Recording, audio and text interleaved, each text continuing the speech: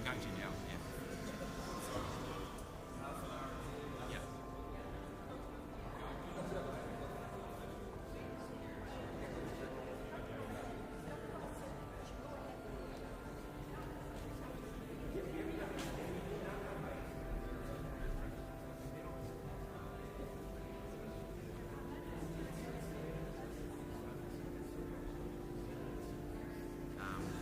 And look, I think we just was delayed for 15 minutes, and I'll just make an announcement.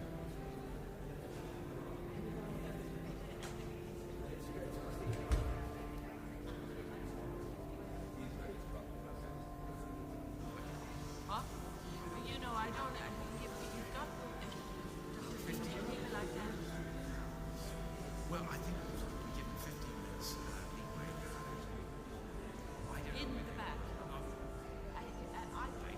There's only two. If we do 15 minutes, I think that's fine. We'll start by doing it.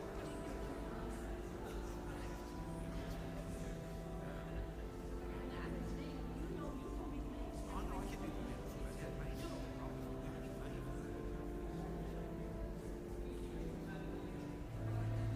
Yeah, but it's 15 minutes, 15 minutes.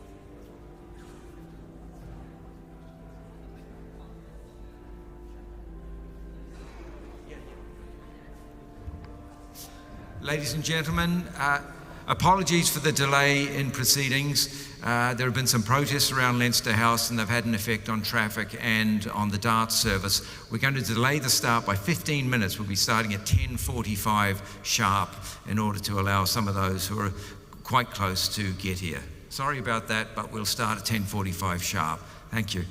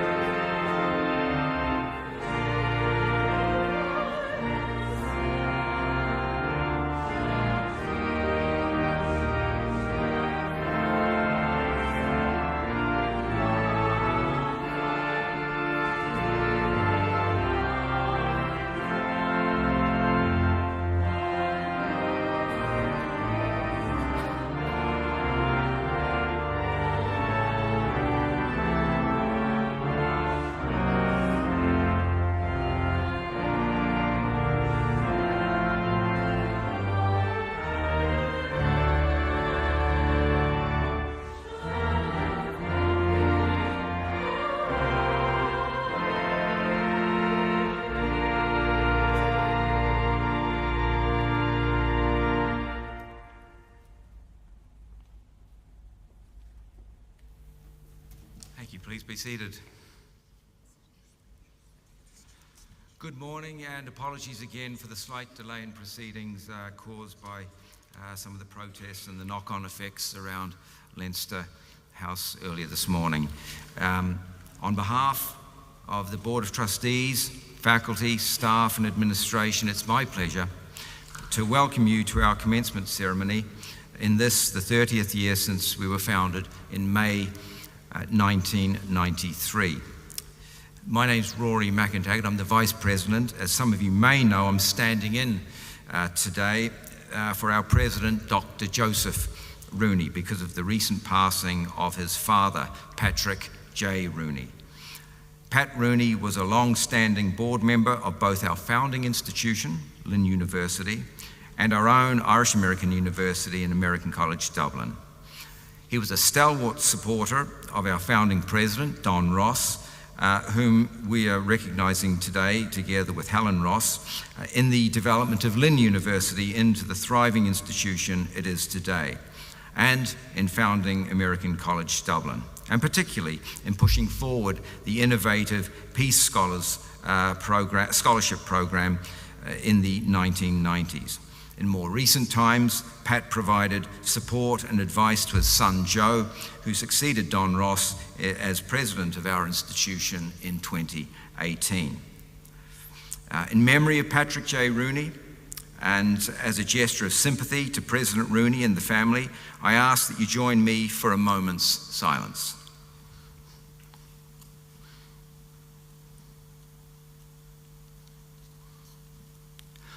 Thank you. Now let us begin. First, let me introduce our platform guests, and we'll begin with our keynote speaker today, Merlin Holland, writer and scholar on the life and works of his grandfather, Oscar Wilde. Dr. Donald Ross, President Emeritus of Wilmington University, Lynn University, and our own American College Dublin, Irish American University. Helen Ross, educator and First Lady of Wilmington, Lynn, and Irish American Universities. Seamus Mellon, Seamus Mellon and Company Solicitors, Chairman and Director of the Board of Trustees. Dr. Kevin Ross, President, Lynn University. And to my right, we have Dr. Gerald Keane, Principal Partner, Keane Solicitors, Director and Member of the Board of Trustees. Al-Haji, Dr. Mohamedou Ndimi, OFR, Chairman, Oriental Energy Resources Limited. Dr. Maeve Martin, Member of the Board of Trustees and former Senior Lecturer, Psychology, Education Department, National University of Ireland, Maynooth. Mary Harney, former Minister and Chancellor of the University of Limerick. Mary Henke, Board Member Emeritus, American College Dublin. Dr. John Teeling, Chairman, the Great Northern Distillery, Dundalk, County Louth. Dr. Liam Hennessy, President of our educational partners, Setanta College. Dr. David McHugh, Registrar of our educational partners, Setanta College. And to my left, we have David Webb, Registrar. Roland Crort, Director of Administration. Dr. Andy Hill, Dean and Director of Studies of our constituent college, the European Academy of Fine Arts, Sofia. Deirdre Masterson, Director of Performing Arts. David Horgan, Head of Postgraduate and International Business. Scotty Serafian, Director of Student Support. April Fernell, Assistant Director of Enrollment Management. Tony Vincent, Front Office Administrator. Susanti Fitzgerald de Vink, Business Office Manager. Dr. Stephen Barcroft, Professor Emeritus, History. Virak Chur, Lecturer in International Business. Aileen Donoghue, Lecturer in Musical Theatre. David Ray, Lecturer in Music. Mary McDonough, Lecturer in Dance. Peter McCamley, Lecturer in Acting. Johnny McCoy, Lecturer in Law. And Duncan Brickenden, Lecturer in Music. I'd also like to extend, a warm welcome to the Ambassador of Nigeria, Her Excellency Ijeoma Obietsu. I'm also delighted to welcome Dame Joan Hanley of the Kennedy Hanley Foundation. And I'm pleased also to welcome the family and friends of Merlin Holland, our keynote speaker today, and Don and Helen Ross, recipients of our special recognition medals. And with that, it's my pleasure to call on Aoife Shelby to give the student address on behalf of the class of 2023. Aoife.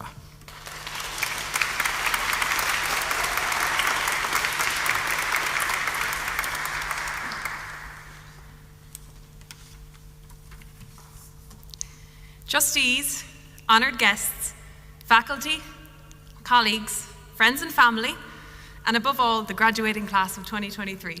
Good morning and welcome. Today is a day of celebration, of thinking about what the future holds, but it's also a day of reflection, of thinking back over the last 4 years of our time at ACD. Personally, when I rocked up 4 years ago to the Oscar Wilde House for our induction, I was instantly blown away by the friendliness and generosity of spirit of everyone there. Be it Tony at the desk on the way in, who always met you with a smile and a story, or any of the faculty members who were always there whenever you had a query. It was a lovely, warm welcome. Of course, our college experience was altered by the big old COVID, which definitely threw a spanner in the works. With all of us stuck in our homes, trying to get to grips with online learning and dodgy Wi-Fi. But even then, everyone's good spirits still shone through, with everyone doing their utmost to just keep the show on the road, even if that meant ballet classes on the kitchen tiles. We'll not talk about that anymore. But the whole scenario was handled very well by all in the college, students and teachers, and I thank everyone sincerely for that. But I wasn't invited up here to bore you about COVID. I'm here to say well done. Despite that big old obstacle, we did it, so bravo to all. The next big question is, what will the future hold for me? Outside of ACD, where are we all bound for next? That's a universal question, whether you've studied within business, music, performance, liberal arts, or any of the other degrees represented here today, or whatever corner of the globe you're from, we're all thinking the same. Maybe you're going traveling for a year, maybe you have a job already lined up, fair play to you. Maybe you're doing a master's, and maybe you're just going with it and seeing what'll come your way. And we'll all go into the big bad world, go for jobs, get some and miss some, and that's just life, and that's okay. It's a universal experience, but you're going out there with a degree in your pocket and a whole world of opportunity, as cheesy as that may sound. American College Dublin has also introduced me to a fantastic group of friends, a group of friends that I hope won't disown me after my speech. But genuinely, the people I've gotten to know at ACD have been the root of countless laughs, cups of tea, hijinks, downright mischief, and some of the fondest memories I can think of. So thanks, folks, and I hope we can continue the mischief wherever we go. I only hope that all of the class of 2023 have had a similar experience to the wonderful one that I have had with the people I met here at ACD. I recently attended a 60th birthday party of a woman I know from home. During the evening, she stood up and gave a speech that I thought was so important that I said to myself, I'm doing a speech in a few weeks. I have to mention this, not rob it, mention it. She spoke about the importance of friends, family, and not copying what everyone else is doing, just because it's the easiest thing, but to do your own thing and paddle your own canoe. She spoke about the value of talking to people, to get problems off of your chest, and to rely on the people you love. No problem is too big that it can't be shared. And she spoke about taking a moment to stop the clocks and celebrate your achievements. So today, class of 2023, let's stop the clocks, pull the batteries out, and celebrate what we've done. We've graduated from college, which is certainly a reason to celebrate with friends and family. Good luck going forward to each and every one of you, and to finish on an old Irish saying, may the road rise to meet you. Ganari on Boher live. Thank you.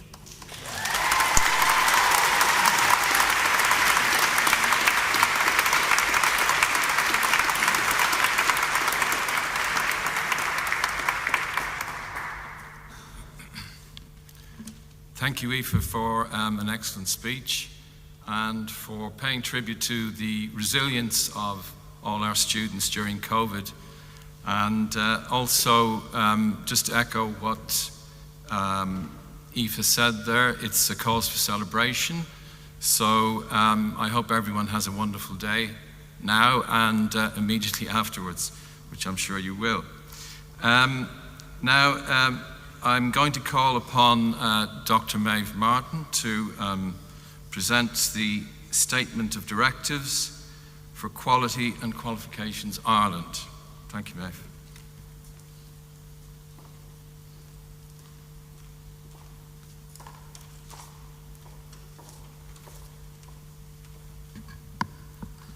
Good morning, everybody.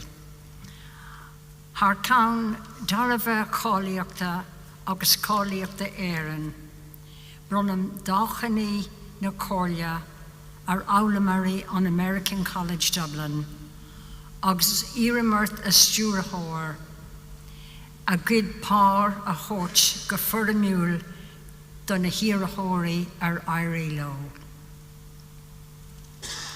On behalf of Quality and Qualifications Ireland, I hereby confer the awards of the Council on the learners of American College Dublin, and I would ask you, President, to present their parchments formally to the successful candidates.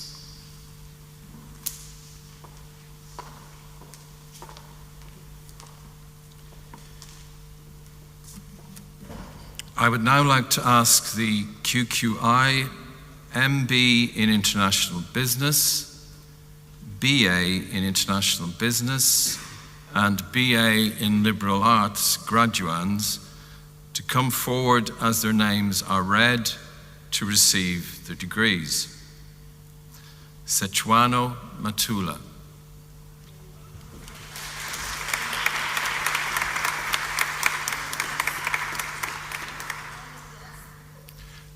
May I just respectfully point out that this is the QQI degree, and the official title of the QQI degree is in fact Master of Business.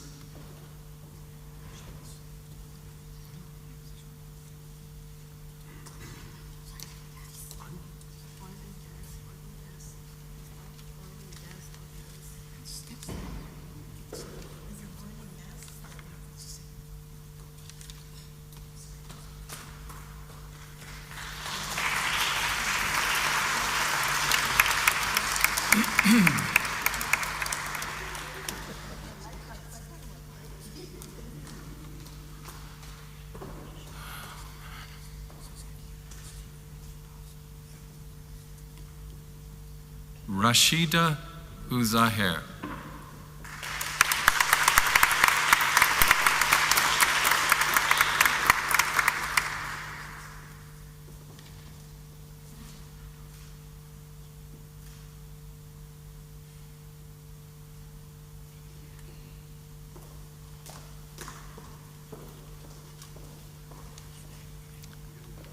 Natalia Sales.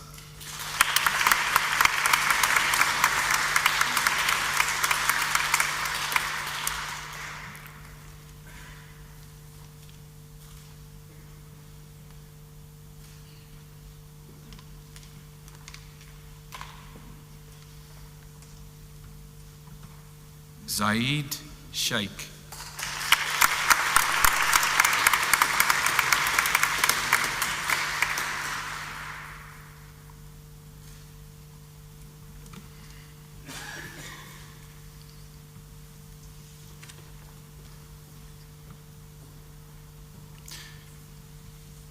In absentia, Shah Jahan Khan, Uma Mahaswari Patipati.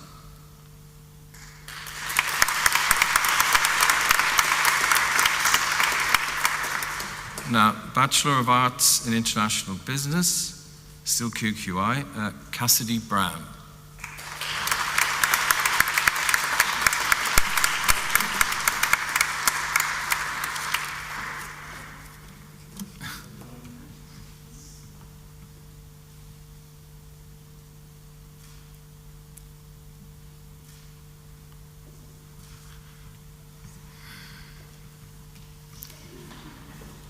In absentia, Elizabeth Lien, Daniel Spevak.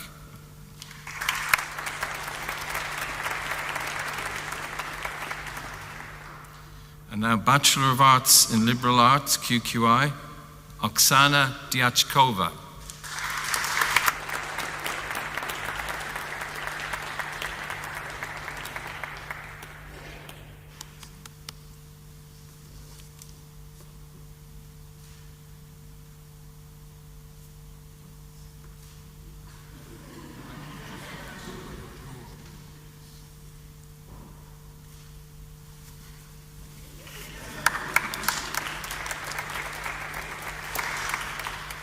Blake Taylor.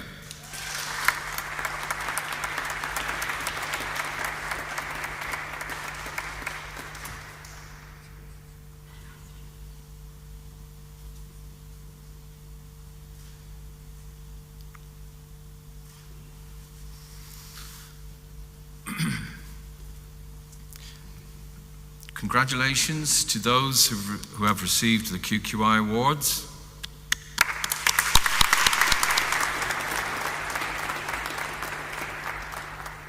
Now, this concludes the QQI component of the conferring ceremony. And now I'd like to introduce the IAU conferring ceremony, the Irish American University conferring ceremony. Irish American University is authorized by the Department of Education of the State of Delaware to operate as an institution of higher education and to award degrees, and is a voting member of the Middle States Commission on Higher Education, the accrediting body for New York, New Jersey, Pennsylvania, Maryland, the District of Columbia, and our state, Delaware. It is my great privilege to introduce the next stage in this morning's commencement exercises, the presentation of Irish American University Awards to this year's graduating class. I would now like to invite our Master of Business Administration, Master of Business Administration in Energy, Master of Fine Arts in Creative Writing, Master of Fine Arts in Fashion Design, Master of Fine Arts in Music for Motion Pictures and Contemporary Media, Master of Fine Arts in Performance, Graduate Diploma in Film and Game Scoring, Master of Science in Performance Coaching, Master of Science in Sport and Exercise Psychology, Bachelor of Fine Arts in Creative Writing, Bachelor of Fine Arts in Creative Writing and International Business, Bachelor of Arts in International Business, Bachelor of Fine Arts in Musical Theatre, Associate of Fine Arts in Musical Theatre, and Certificate in Musical Theatre. I would ask the graduands to come forward as their names are read to receive their degrees.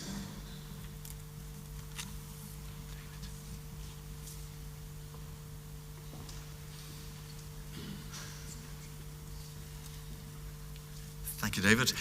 This is the fun bit where I get also to confer an MBA on a fantastic and very energetic group of students. So it's with great pleasure I'd ask Tsetsana Matulu to come forward for her Masters of Business Administration in Energy, formerly Oil and Gas.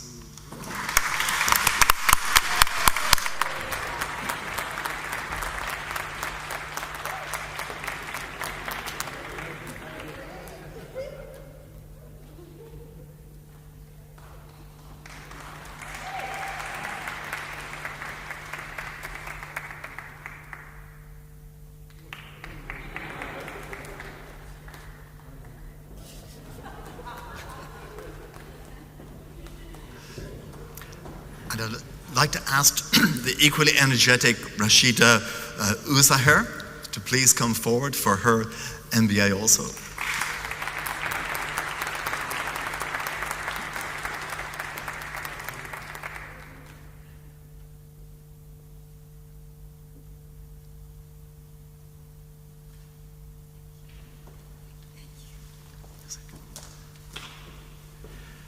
And the wonderful Natalia Sales, also for her MBA.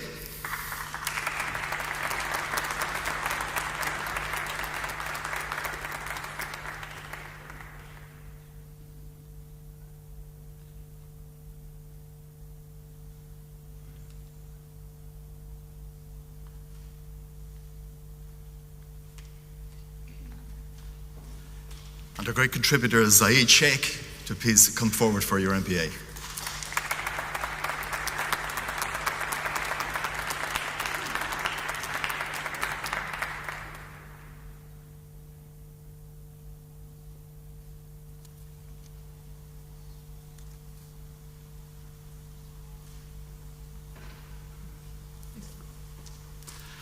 And in absentia, the also enthusiastic Shahjahan Khan and Bashwari Patipati. Well done.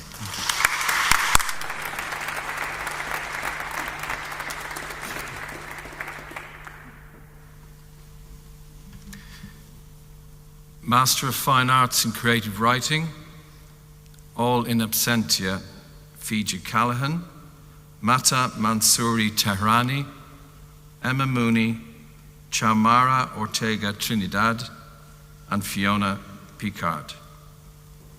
Now,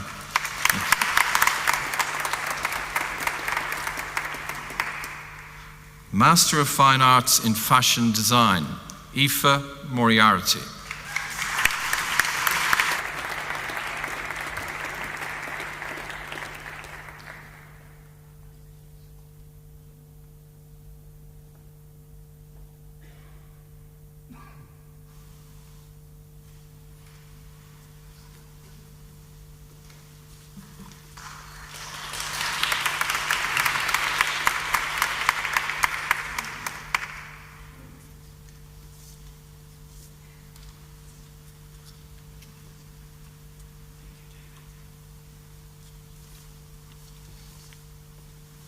Hello, I'm Andy Hill. Today we celebrate the 4th graduating class of the Film Scoring Academy of Europe, about half of which is present, and a long list of those who've also completed our graduate diploma program in film and game scoring. So I'll begin with the MFA. Esteban Barajas Alonso.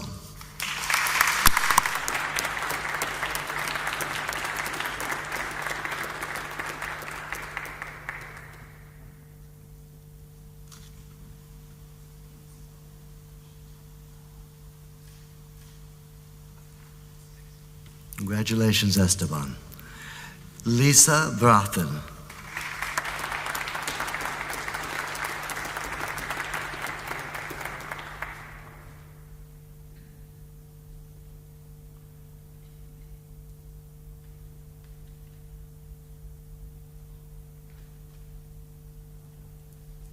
Congratulations, Lisa. Taisa Lana Helene Colson.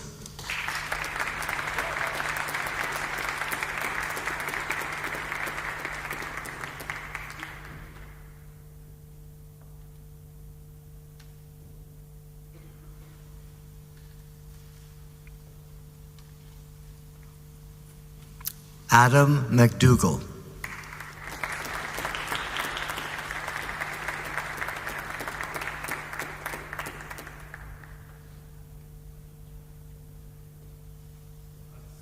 Also the award for the best outfit.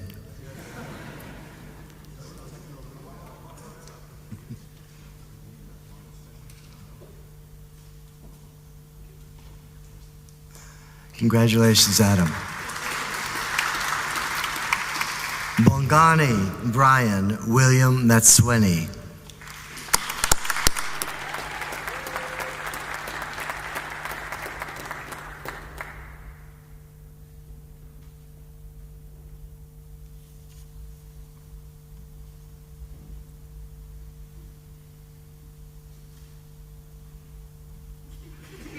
Congrats, Brian. Alexander Dominic Hill.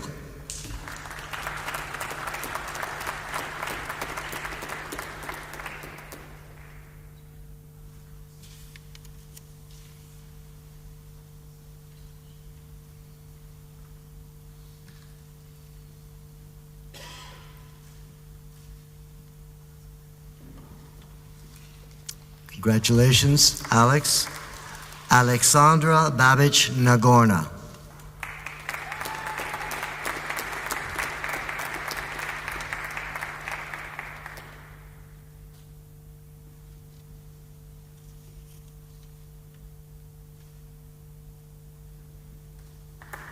Congratulations, Ali.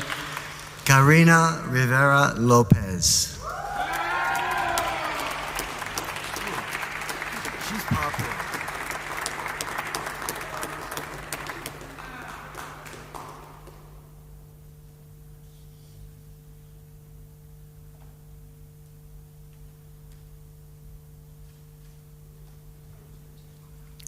Congratulations, Karina, and to your family.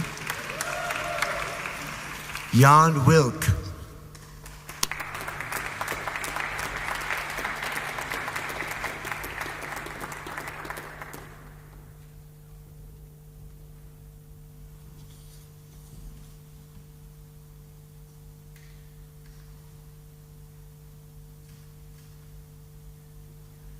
Congratulations, Jan. And absent but not forgotten, Sergei Ivanov, Pablo Emilio Narvez Tolosa, Frederick Francois Pio, and Elizaveta Zarakova.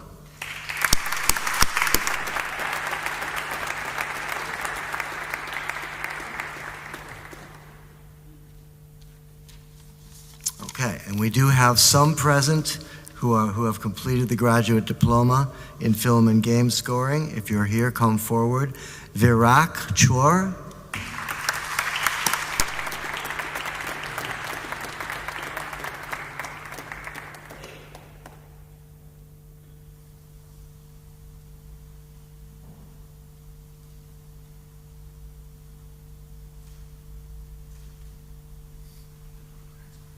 Congratulations. If you're here and I butcher your name, I owe you a pint. If you're not here, well, somewhere down the road. Om Ulka Prajendra Chudari.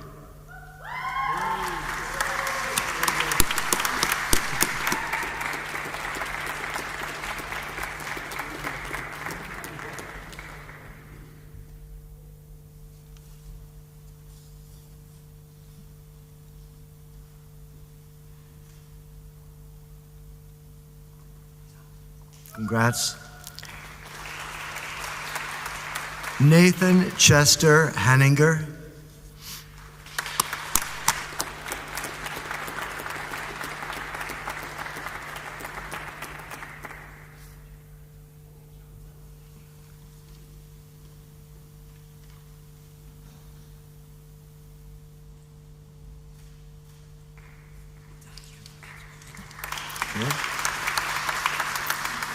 Piros Papadakos.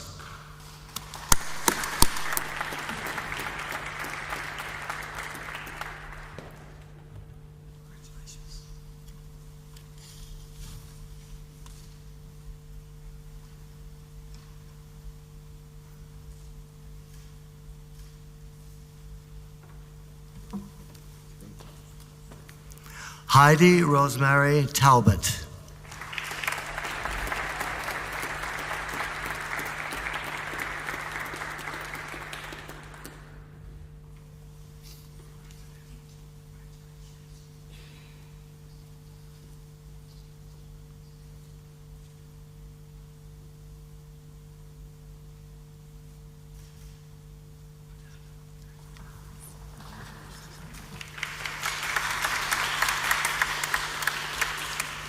Okay, here's where I get into trouble. I'm going to read all of these through, so hold your applause until we're through.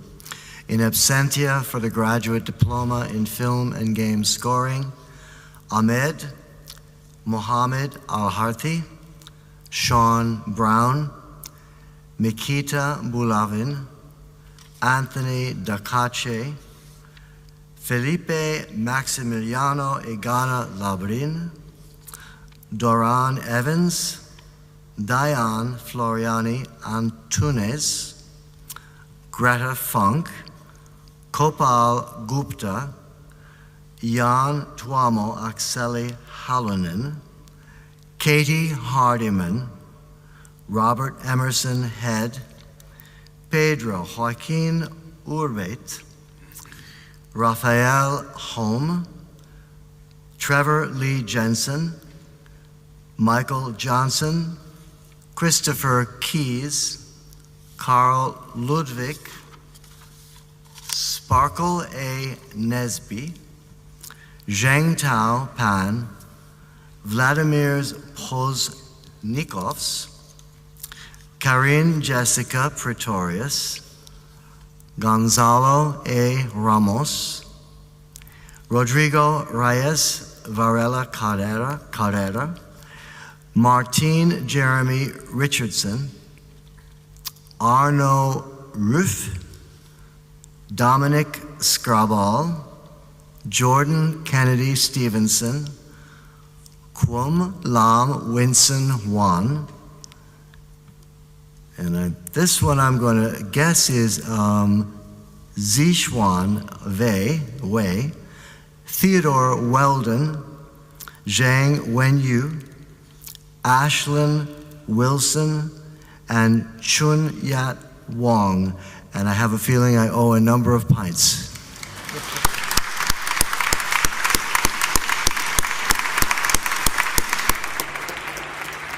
Congratulations, all of you.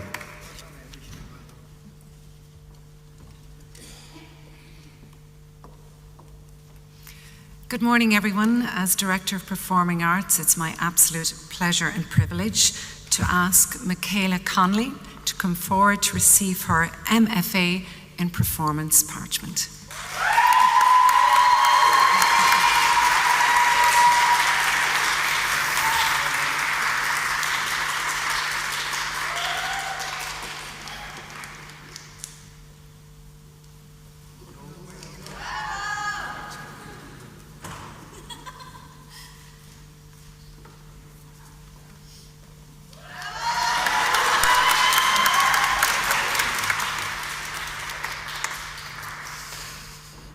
Master of Science in Performance Coaching, Kevin Niblock.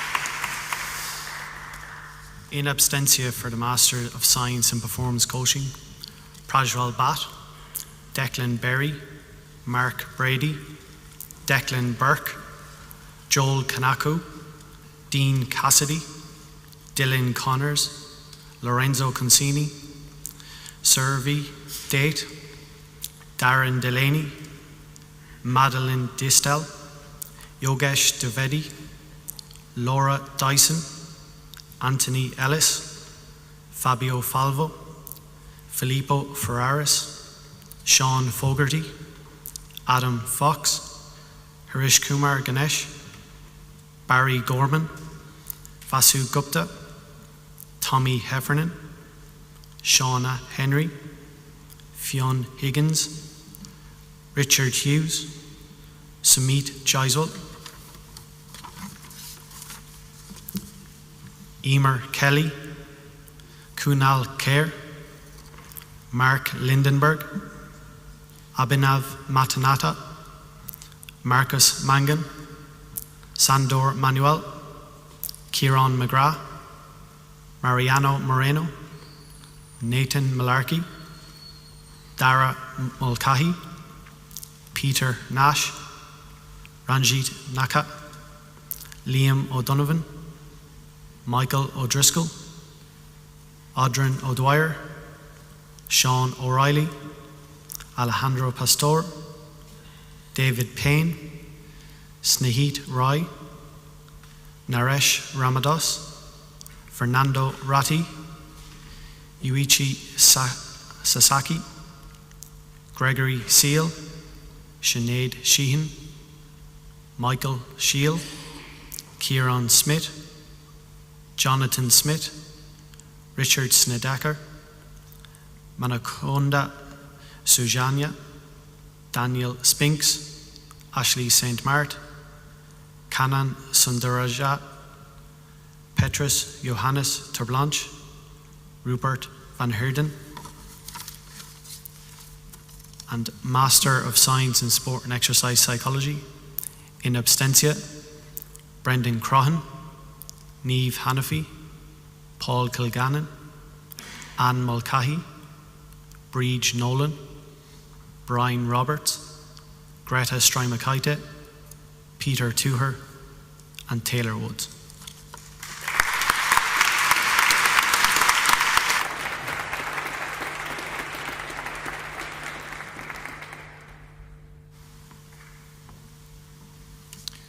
And now, a Bachelor of Fine Arts in Creative Writing, Blake Taylor.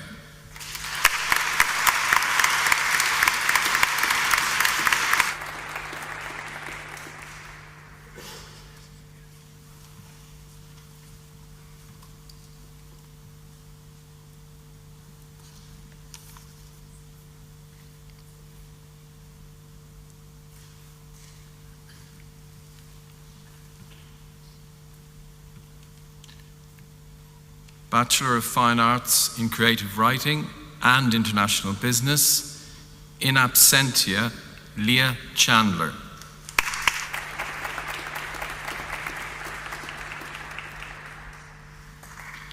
Bachelor of Arts in International Business, in absentia, Elizabeth Lien.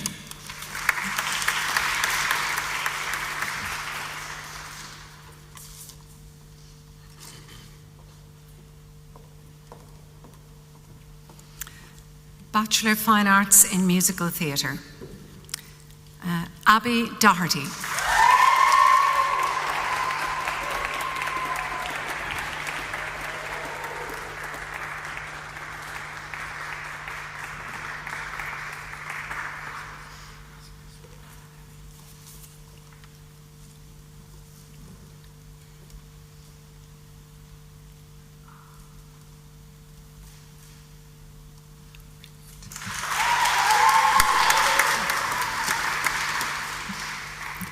Megan Pottinger.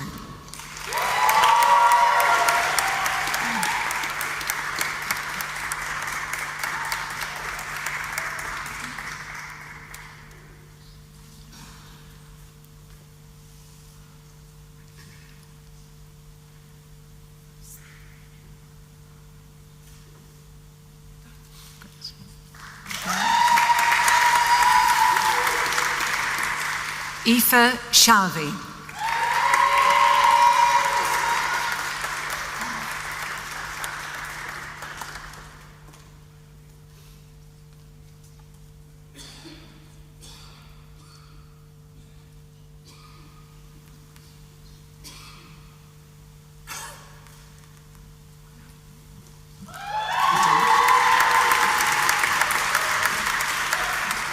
In absentia, Andrew Farrell.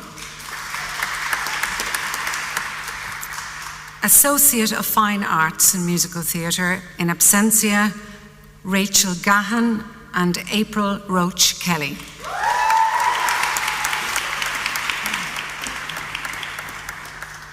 Certificate of Fine Arts in Musical Theatre, in absentia, Candela Arbona, Isabella Crepaldi, Ludmilla Guimaraes, Kelly Rose Kearns, Owen Mullins, and Nadine Seifert.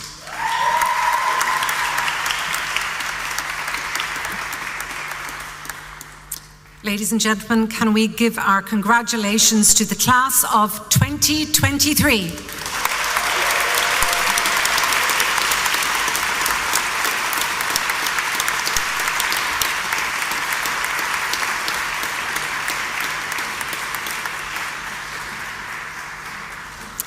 So it's my pleasure to introduce our first musical interlude of the day, a performance that's going to be performed by our fourth year BFA Musical Theatre students, accompanied ably on the piano by David Ray, who runs our music department.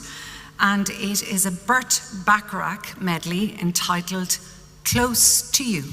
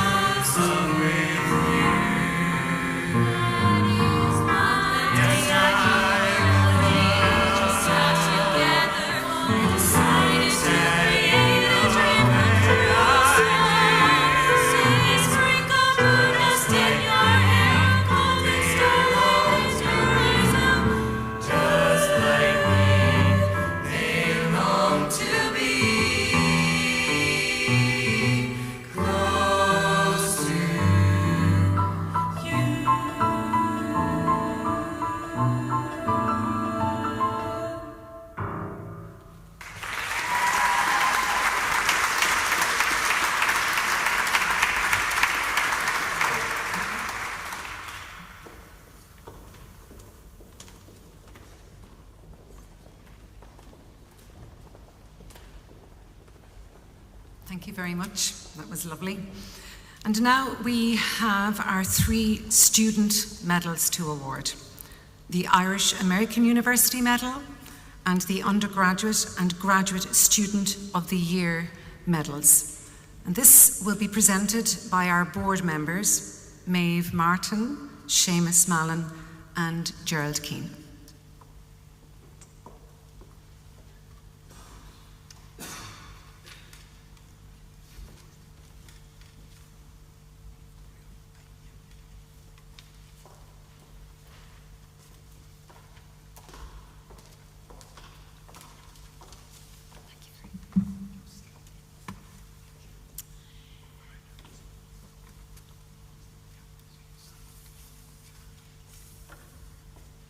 It's my pleasure to be invited to present the Irish American University Medal. So, the Irish American University Medal is awarded to a graduate who, in the course of his or her studies, has demonstrated qualities of perseverance, character, and dedication that embody the Irish American University mission, vision, and spirit. I'm delighted to announce the winner of this year's award is, and the winner of this year's award is, so the winner of this year's award is Rashida Uzahar.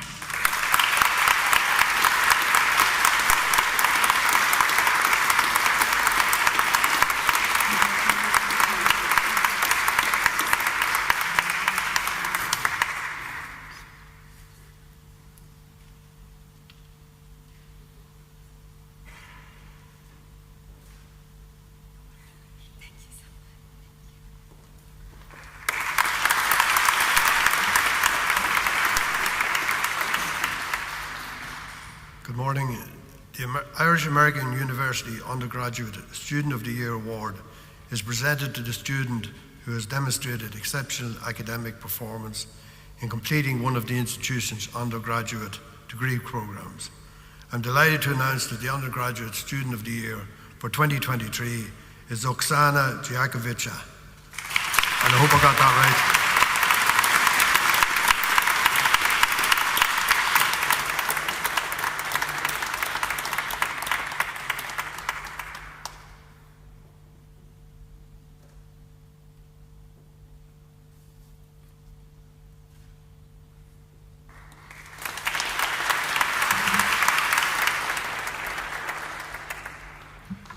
Good morning all, and well done to all the graduates. It's a great day for every one of you, but my function here is to present the Irish American University Graduate Student of the Year Award, presented to the student who has demonstrated exceptional academic performance in completing one of the institution's master's degree programs.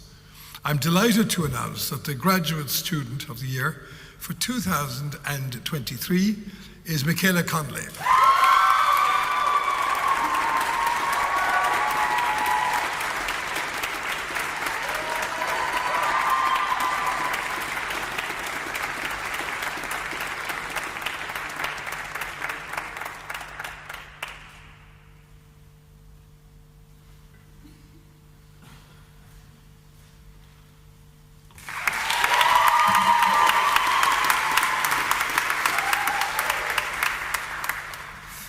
Well done to our medal recipients. We're now moving on to our honorary awards. And as we celebrate the 30th anniversary of the establishment of our institution in 1993, this year we are pleased to honor our founding president, Dr. Donald E. Ross, and his wife, Helen Ross. Without the contributions of Don and Helen, none of what we are celebrating here today, and much else besides, would be possible. I am delighted that Don and Helen's son, Dr. Kevin Ross, president of Lynn University, is with us here today, and he will introduce his parents and the award they are receiving.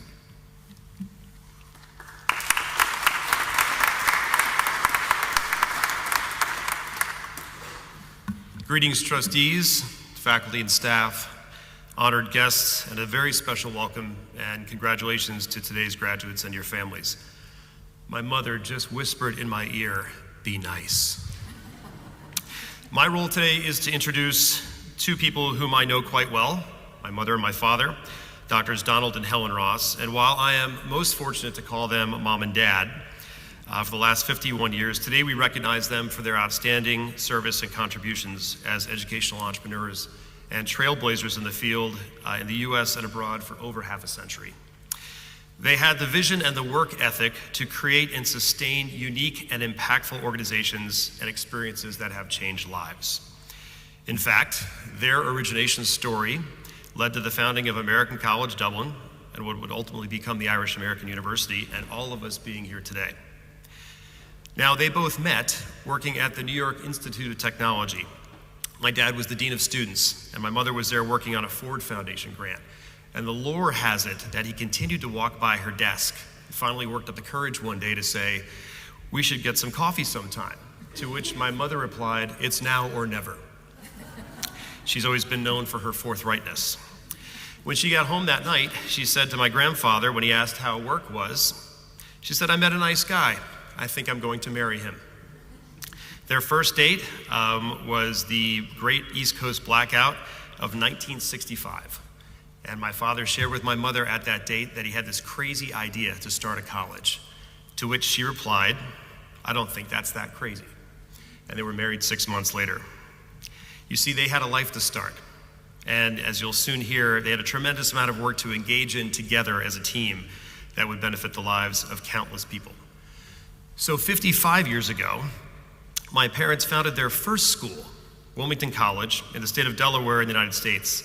You see, they believed that higher education institutions at the time in the US had become large and impersonal, and that they had drifted from their primary purpose of meeting students where they are and helping them reach their potential and be successful. They were kids, they were in their 20s, and my mother helped recruit that first charter class of 194 students back then. She used her maiden name so that people wouldn't realize that she was the wife of the president. They had received a beautiful Waterford crystal vase for their wedding, and you see, the plumbing was not working in the facility that they had taken over as a new college. So she would, after folks would come back from the tour, she would show them where the restroom was, and they had to fill up the back of the commode with the crystal pitcher, and she hoped they didn't flush twice. So today that institution is now Wilmington University and has an enrollment of over 20,000 students and multiple campuses. They began their adventures in education as a team effort and continue to work together, breaking new ground, literally creating institutions from scratch and saving others in multiple instances throughout their careers. Fast forward to 1971, when my father learned that a small women's school called Marymount College, run by the Religious of the Sacred Heart of Mary in an then unfamiliar place called Boca Raton, Florida, had fallen upon difficult times and were selling off their assets. He needed a proper library collection for his school and traveled to Marymount simply to purchase their books and to bring it back to Wilmington College. But when he arrived on that campus, he was struck by the unique characteristics of Marymount and worked with the nuns and really devised a plan to keep the school from closing. They were $6 million in debt at that point in 1971. He and my mother personally signed on notes and took on significant personal risks to save that college. And they did this because they believed in the college and the students there, and they worked tirelessly to ensure its efforts. They had a vision what for this new venture could look like, and Marymount was renamed the College of Boca Raton, became a non-sectarian coeducational institution. And Marymount had a very international flavor, very much like American College Dublin, and instilled an ethos of community service in its student body. They built upon these characteristics over the years, creating new programs and opportunities. This was not an easy task, and my father will share with you that there were many lean years where he walked across the campus at night, wondering where the funds would come from to cover the next payroll. There was very little revenue to sustain the college in the summer months, so my mother started a summer camp for the children of faculty, staff, and the local community. Pine Tree Camps began in 1978 with a handful of campers, and I remember that because I was one of them. 45 years later, Pine Tree Camps now hosts 1,700 campers each summer and is known throughout the region and as one of the best of the state of Florida. So they always work together to figure out things and make things happen, and every success nourished further hope. And year by year, the College of Boca Raton grew and attracted supporters who believed in the school, and my mother and father's worked there. And this led to many generous donations towards buildings and programs and scholarships. Many of those very special people who made College of Boca Raton what it is today are here with us. In 1991, the College of Boca Raton was named Lynn University in honor of the Lynn family who had been and continue to be significant difference makers there in the lives of our students and our community. Christine Lynn, who is the chairman of the Board of Trustees at Lynn, loves to tell the story that when she first met my parents in the early days of College of Boca Raton, they were living in the dormitories with students, and she was so taken by what they had to do to make the place successful. Lynn's population of international students continued to grow, and today now ranks as one of the most diverse in the state of Florida and one of the most international schools in the United States. Which brings us to how we got here today. In the early 1990s, my father wanted to ensure that in addition to enrolling international students at Lynn University, that students from the United States had an opportunity to study abroad. Now, they heard of a college available in France, just outside of Paris, from a benefactor in Florida. And my mother and father went to see the property and learned that it wasn't quite just minutes away, but 2 hours away from Paris in a small village, not quite as advertised. Before heading back to Florida, they stopped off here in Ireland to visit with relatives here. And the story goes that my Aunt Carol Mallon suggested, why open a college in Paris when it already has 2 American-style colleges and Ireland has none? I guess that was all the encouragement that they needed to hear. Several months later, they were back and met with a team of believers in this concept who connected them with the proper people and organizations here in Ireland. And they encouraged them to meet with the IDA, the Irish Development Agency, which gave them a major grant to establish the first American college in Ireland.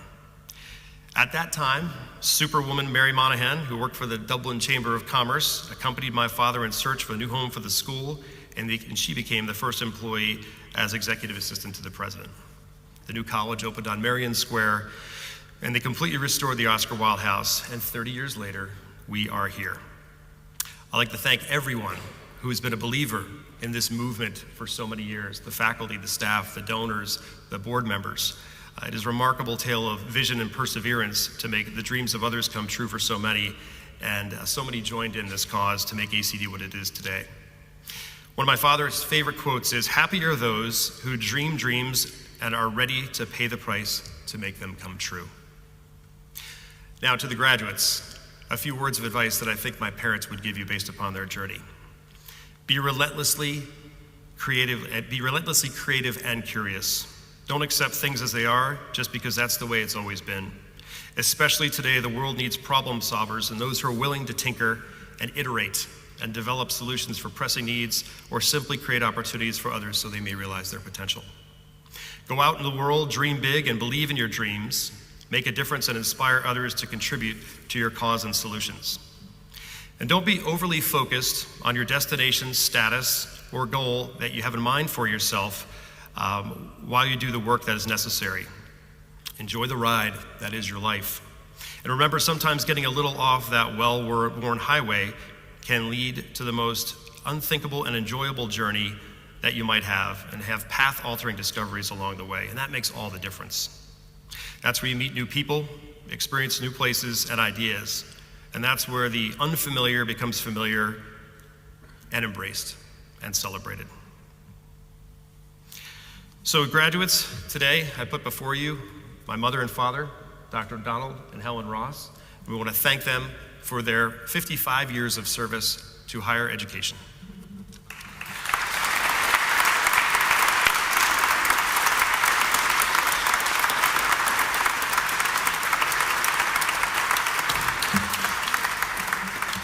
I've been asked today to read this citation on behalf of Dr. Joseph A. Rooney, who is president of American College Dublin, who understandably can't be with us today after the sudden passing of his father. So on behalf of my wife, I'd like to extend sympathy, and I'm sure on your behalf, to his family. So this is the citation that he would have read, and hopefully I can do it justice this morning. Dear Dawn and Helen, your outstanding service as educators has had a remarkable impact for over 50 years, and we are grateful for your unique contribution that laid the foundations of this institution. Wilmington College, Delaware, which you founded in 1968, is today a thriving university with more than 20,000 students.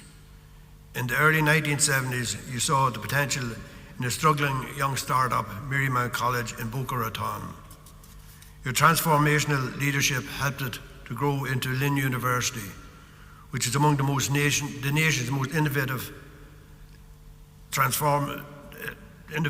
global universities today. In 1993, your vision to establish a study abroad program in Ireland launched our beloved American College, Dublin.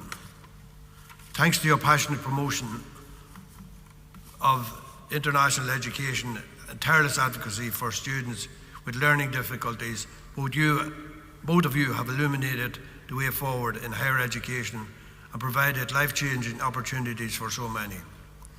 On behalf of the ACD's facility, faculty, staff, alumni, students and bodies today graduating class, I would like to express my deep gratitude to both of you for your unwavering commitment, dedication and service to this institution and to the higher education in the United States and Ireland and the world over the last half century.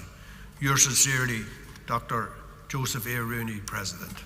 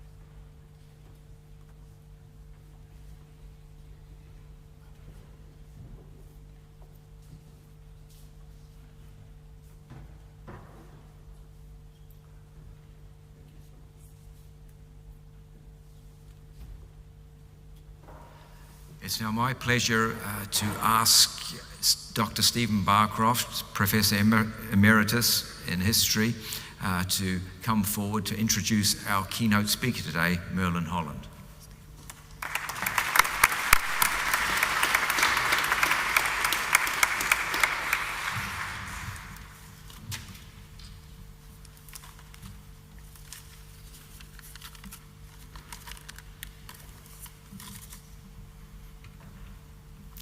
Distinguished guests, colleagues, and students, it's my very great pleasure and privilege to introduce to you today our keynote speaker, Merlin Holland. He is, of course, as many of you will know, the grandson of the great Oscar Wilde, and he's also the great-grandson of his equally remarkable parents, Sir William Wilde, a pioneer ophthalmologist and many more things beside, and his wife, Lady Jane Wilde, better known as Speranza. But Merlin himself is a man of great distinction too, who has devoted his life of literary scholarship to his unique family. He has done this in many ways through books, a play, and major exhibitions in London and Paris. Truly, he has been their good heir and descendant. His family home, their family home, 1 Merrion Square, has also been home to the American College for the last 30 years since its foundation. And there are, of course, a great many links between us.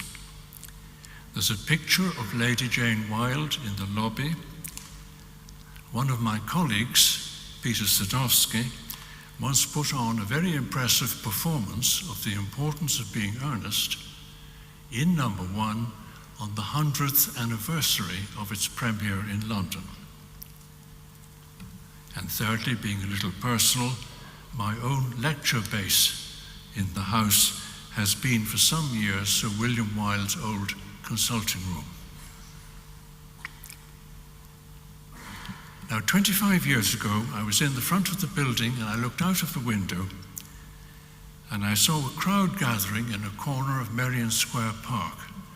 We'd been intrigued for some weeks by an enormous rock being placed there and then covered in a tarpaulin. I saw a crowd gathering and a distinguished-looking man standing nearby, and I got the idea. We're dropping the lecture and we're going out to see something of literary importance. So out we went, and there was the statue which we now know as the statue of Oscar Wilde, the reclining statue in the corner of Merrion Square. And the man unveiling it, of course, was our guest speaker, guest of honor today, Merlin Holland.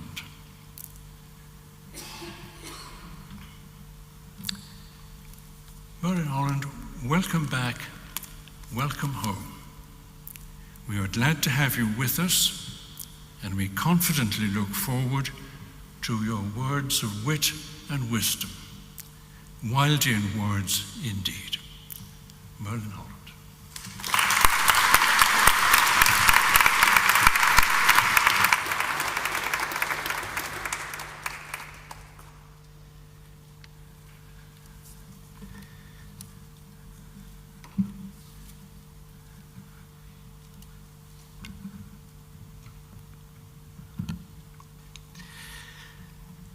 A few years ago, I was asked by an old friend who teaches classics at Indiana State University to go and give a talk to her honors course undergraduates. Now, it just so happens that Marilyn also has a long-standing interest in Oscar Wilde, which is not as strange as it may seem, since he himself was a classical scholar of no mean ability, scooping the Berkeley Gold Medal for Greek here at Trinity, and later achieving a double first in his classics degree at Oxford. Her knowledge of and fascination with Oscar are such that she invariably manages to persuade at least half those who major in classics with her to attend a course on him as part of their minor studies. And that's where I came in. We agreed that the talk should be of a rather general nature, and since it was around the time that I was becoming increasingly exasperated by the absurdly obscure research into Oscar's works, to say nothing of the inaccurate and often sensationalist conjectures about his life, I suggested a roundup of the worst offenders, which I would call Oscar Wilde and the importance of not being too earnest. In part, it was intended to fire a broadside at the obfuscating and impenetrable style which has become all too common in academic writing today. My words clearly resonated with the bright undergraduate audience, some of whom had doubtless been struggling with such texts in the recent past. At a sort of symposium the following day, I suggested, only half in jest, that they form a rebellious little group and call it LUCID, L-U-C-I-D, the League of Undergraduates Campaigning for Intelligible Documentation. And by the way, when I last heard from Marilyn, she told me that the word had been passed on that LUCID still existed, though more for amusement than as an effective tool of protest. Now, I certainly shan't subject you to the full force of that broadside in the few moments that I have, but it struck me that sowing a few seeds of subversion in your newly graduated minds would not be out of order. Bear with me if I start with the particular, my own field of study in the humanities, and then apply it more generally. What is the point of studying literature? You'll note that I've not said reading, because that's a question which has been posed and to a certain degree answered by some of the finest critical minds of the last 2 or 3 centuries. No, studying. It's probably something which lecturers put to students in their first term at university and then leave them to ponder it on their own, judging astutely that finding the answer is an integral part of the degree course. And if they don't pose the question, then they should.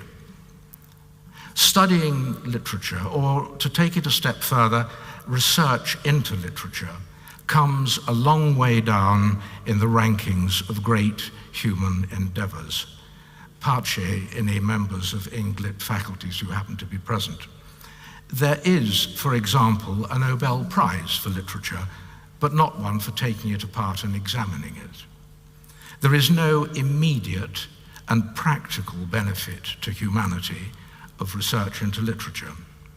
It remains an indulgence, a pleasure, and a privilege. So what is the use of studying English in this utilitarian age in which we live, an age so politically correct that anything which may be construed as self-indulgent and inward-looking is branded as some form of new decadence? Nearly 60 years ago, I was forced to ask myself the same question. I was at Oxford and studying French and German literature. Whenever I went to the continent in my long vacations, I would be asked the same question about my future. Was I going to become an interpreter? No. A translator, maybe? No. A teacher, perhaps? No. Then what was I going to do with these studies in foreign languages and literature? My French professor later supplied me with an answer which I have used ever since. A higher education in the humanities is a training of the mind. To some people, this may be regarded as a luxury, which it undoubtedly is. And if I may be permitted a slightly frivolous analogy, the study of literature is like drinking wine. It's sublimely indulgent and pleasurable, but not without purpose. It stimulates, promotes companionship, and the exchange of ideas. But when taken to excess, it can lead to repetition, incoherence, and violence amongst friends.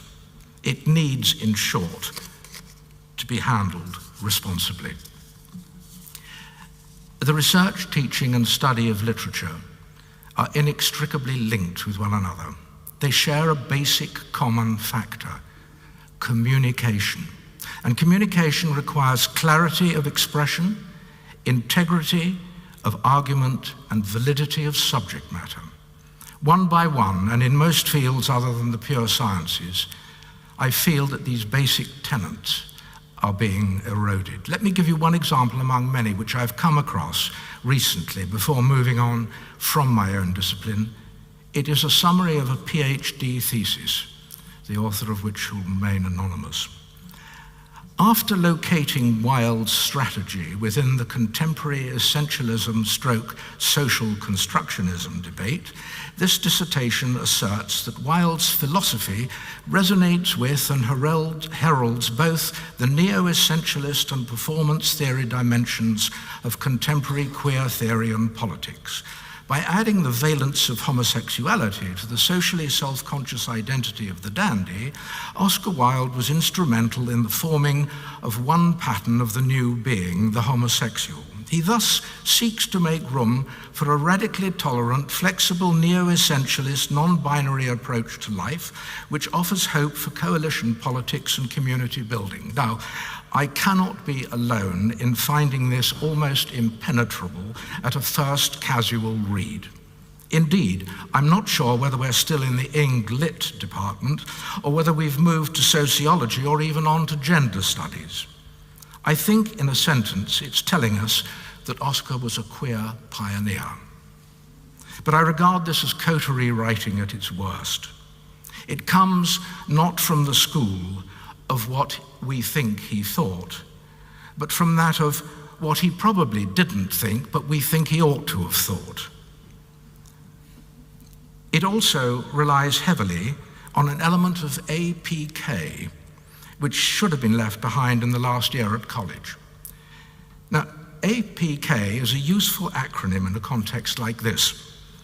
It's almost entirely unknown, as it was coined by a teacher at Bryanston School in England in the 1960s. A friend of mine, pupil at the school, scholar at Oxford, and now an eminent High Court judge, submitted an essay which came back with a respectable mark, but with too much APK written in the margin. When he asked what it meant, he was told, "An anxious parade of knowledge, dear boy. Keep it to a minimum in future." And it's not just in the field of pure humanities that the infection has been spreading. In a 2015 article in The Psychologist, the authors made a plea for clearer writing in the social sciences, saying, "Bad writing is a deliberate choice. Scholars in the softer fields spout obscure verbiage to hide the fact that they have nothing to say. They dress up the trivial and the obvious with trappings of scientific sophistication, hoping to bamboozle their audiences with highfalutin gobbledygook," and argued that one of the best tests of good writing was to read it aloud. But more of that in a moment. One of the most dramatic examples of such writing took place in 2018 when 3 scholars in the social sciences produced 20 hoax papers using fashionable jargon to argue for ridiculous conclusions and tried to get them placed in high-profile journals. Their success rate was remarkable. By the time they took their experiment public, 7 of their articles had been accepted for publication by ostensibly serious peer-reviewed journals. I was going to give you an example, but the fact that we're in a church and in fairly august circumstances, any of you who want to know about it, I will tell you afterwards, but I shan't make it public. Apart from the achieved aim of showing up the absurdity of research in certain fields, it was a demonstration of the power of jargon and obfuscation to convince. Unfortunately, the university to which one of these whistleblowers was attached took a dim view of the experiment, and he was forced to resign.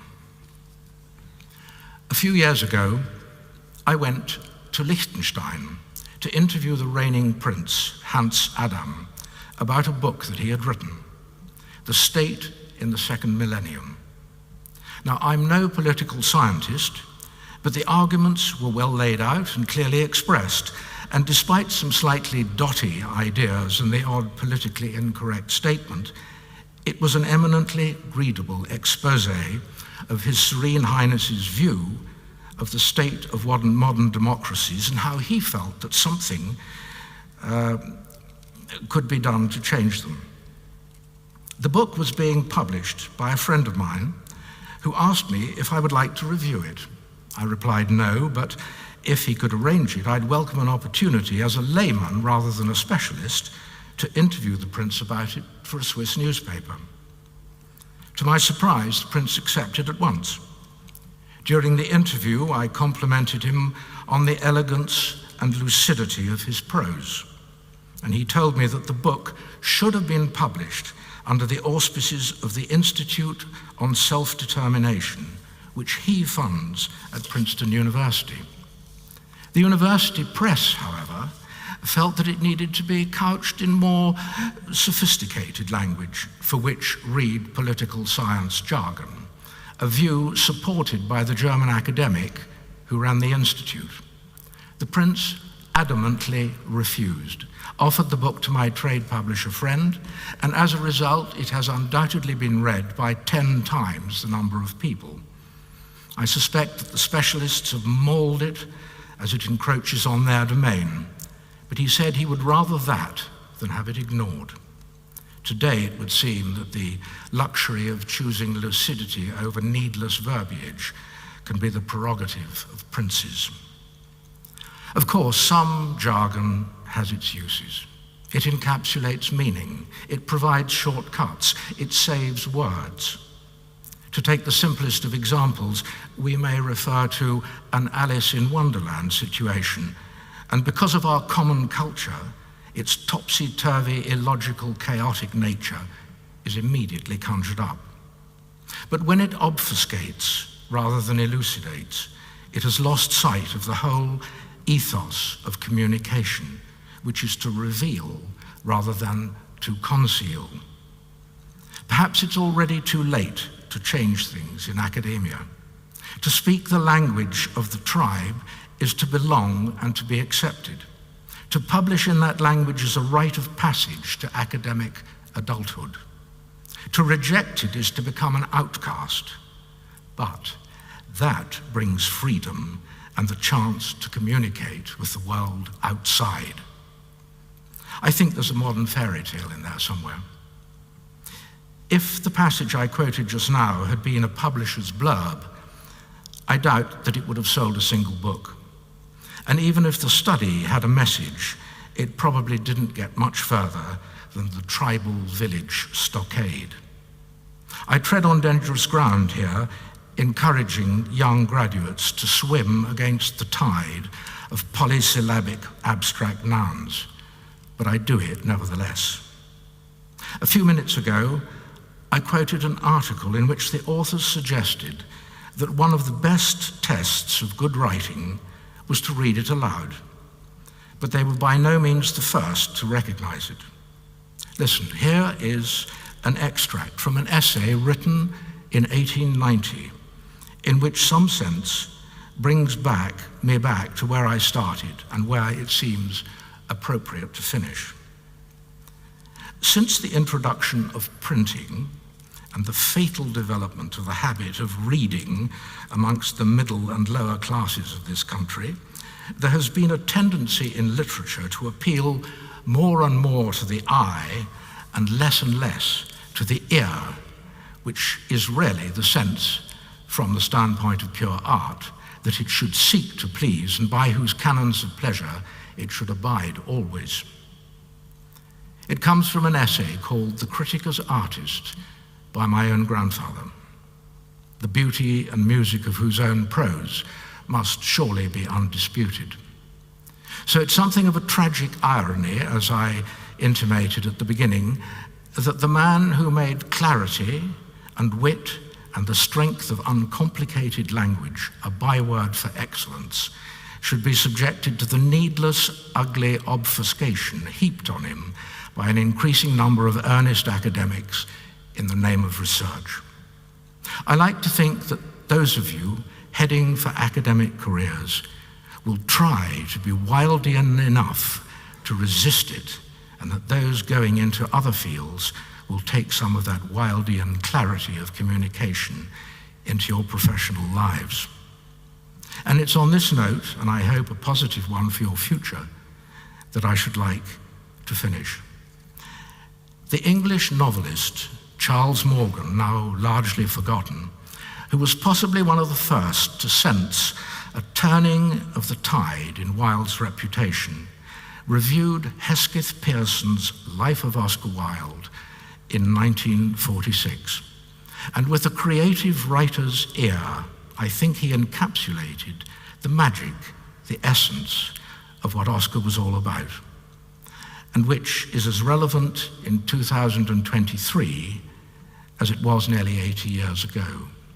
And this is what he said: "What gives me reasonable assurance that his work will still live is the fact, of which I have had repeated evidence, that young men and women who are themselves interested in writing find, in decade after decade, extraordinary stimulus in the work of Wilde. Again and again they discover him. What is it that they discover? His good humor, his gaiety, his wit, his challenge to encrusted opinion, all these. But above all, they discover that there is such a thing as the art of writing, and that it largely consists in a lucidity, a grace, and an enchantment, which in supreme instances become poetry, and that it depends not upon self-righteousness or opinion, but upon the choice and placing of words. If Wilde can teach this to successive generations of youth and take their breath away by his lessons, it does not matter into what school of economics they go down in their middle age. Intentions and de profundis and the importance of being earnest will survive them all. You have sat and studied in Oscar's boyhood home here in Dublin. You've walked the streets that he trod as a young man. Perhaps his spirit has imbued you with a love of words, used as they should be, to communicate. I hope so. And the very best of luck for the future to you all. Thank you.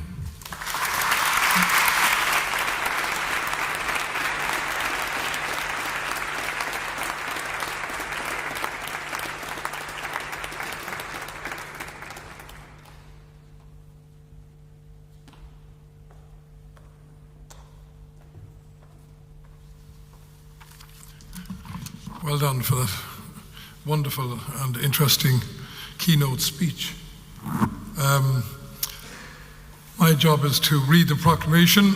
Whereas Merlin Holland graduated from the University of Oxford with a degree in modern languages, attended Magdalen College, the same college in which his grandfather Oscar Wilde was a student, and whereas Merlin has researched and written on the life and legacy of Oscar Wilde for more than 40 years. And whereas Merlin wrote in 1997 the Wilde album, focusing on how the scandal caused by Wilde's trials affected his wife and their children, Cyril and Vivian, and including previously unpublished photographs of Wilde. And whereas Merlin co-edited with the late Sir Rupert Hart Davis the complete letters of Oscar Wilde, a comprehensive scholarly edition of Wilde's correspondence published in 2000, and whereas he is editor of the Irish Peacock and Scarlet Marquis, published in 2003 as the first uncensored version of Wilde's disastrous 1895 libel action against the Marquis of Queensberry, and whereas in 2006 his book Oscar Wilde, A Life in Letters was published, and whereas his book Coffee with Oscar Wilde, An Imagined Conversation with Wilde was released in autumn of 2007, and whereas Merlin wrote a portrait of Oscar Wilde for publication in 2008, revealing Wilde through manuscripts and letters from the Lucia Moreri Salas collection in the Morgan Library and Museum in New York, and whereas Merlin Holland's play The Trials of Oscar Wilde, co-authored with John O'Connor and reenacting the three 1895 trials of Oscar Wilde, toured the United Kingdom in 2014 in a production by the European Arts Company. And whereas Merlin has co-curated two major exhibitions on Oscar Wilde at the British Library in 2000 and the Petit Palais in Paris in 2016. And whereas he is preparing for publication a study of the echoes of Oscar's life in the century following his death under the working title, After Oscar, The Sins of the Father.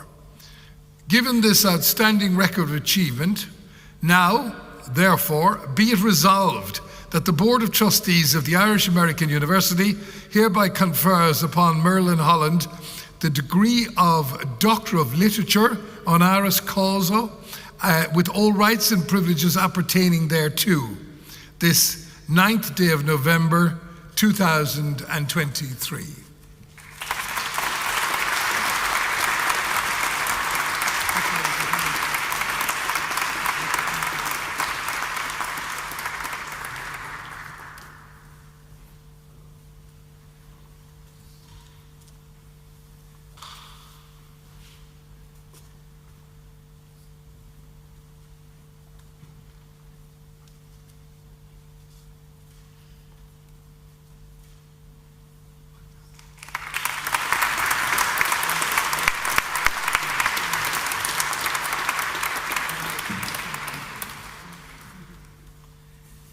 This is indeed a first. When I took my BA at Oxford, I did it in absentia from Beirut and received no less than 2 certificates in the post. So the Irish College, the Irish American University here in Dublin has conferred upon me a degree which I never had conferred upon me by Oxford. So thank you very much.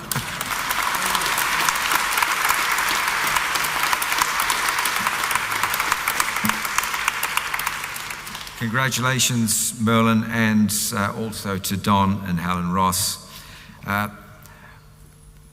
We're just going to present the faculty now. It gives me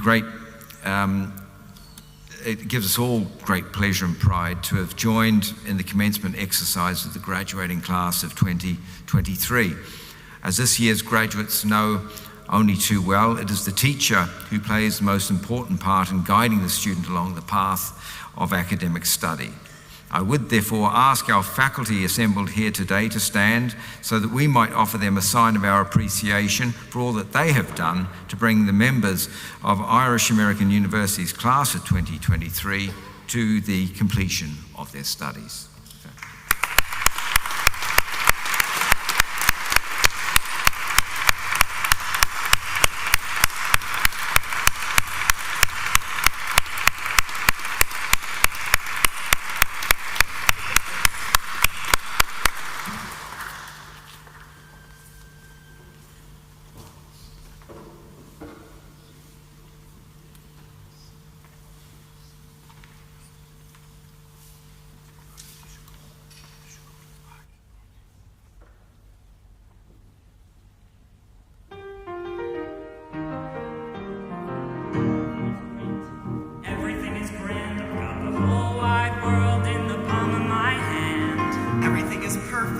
It's falling into place. I can't seem to wipe this smile off my face.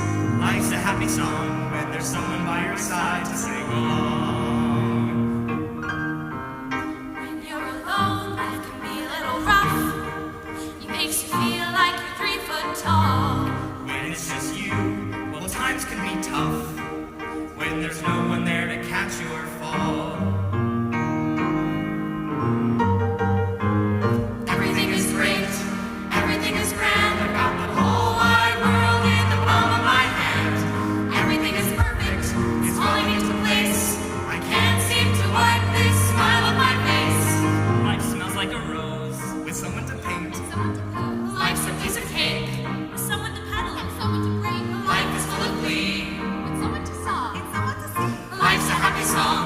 Someone by your side to sing along.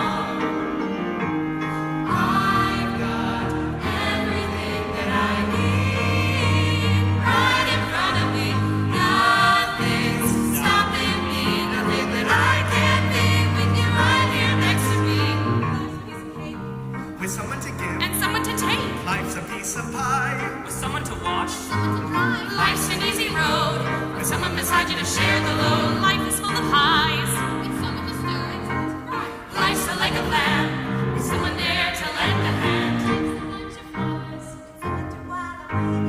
Life's a fillet of fish. Hey! Yes, it is. Life's a happy song when there's someone by my side to sing along. I've got everything that I need right in front of me. Nothing's stopping me, nothing that I can't be when you're right here next to me. You've got everything that you need right in front of you. Nothing's stopping you, nothing that you can't do, that the world can throw at you. Life's a happy song when there's someone by your side to sing. Life's a happy song when there's someone by your side to sing. Life's a happy song when there's someone by your side to sing along.